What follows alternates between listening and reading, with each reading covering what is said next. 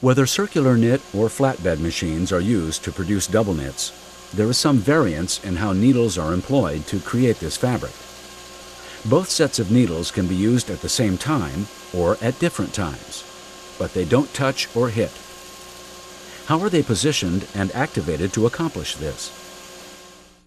On a knitting machine, needles are gaited, or spaced in the dial and the cylinder in relationship to each other. With rib gaiting, the two sets of needles are not directly opposite each other. The needles of the cylinder are between the needles of the dial. Here you can see how both sets of needles can knit at the same time without touching or hitting each other.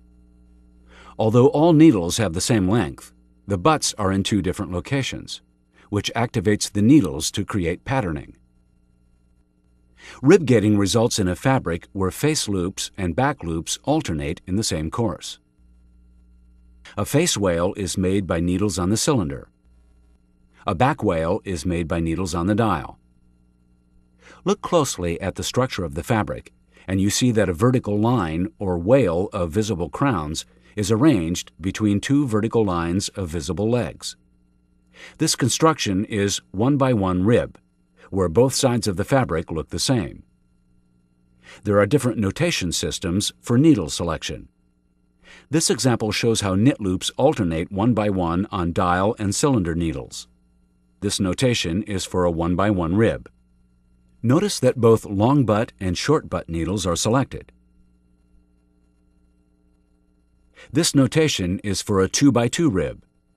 Here you see that for each feed of yarn, 2 loops produced on the dial are alternated with 2 loops produced by the cylinder.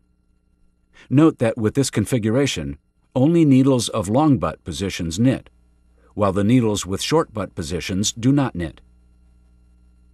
Because basic rib knits have alternation of face and back wales, the structure can easily be stretched. In the normal relaxed state, the back wales hide behind the face wales. When stretched in the width, the structure opens like an accordion, resulting in more stretch than single knits and other double knits. The back wales now become visible. When pulled in the length direction, the back wales move behind the face wales and the fabric becomes more narrow.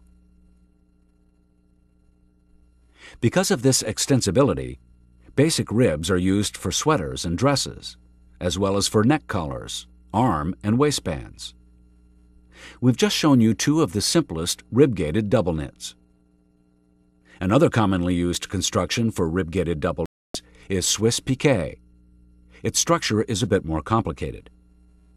This notation shows you the pattern for knitting on the cylinder below and the dial on top. With feed 1 of yarn, the machine knits on all the cylinder needles, but on the dial, the machine uses only the needles with long butt positions. With feed 2, it misses all the cylinder needles and knits only the dial needles with butts in the long position. With feed 3, the machine knits with all the needles on the cylinder, but only with the dial needles that have butts in the short position.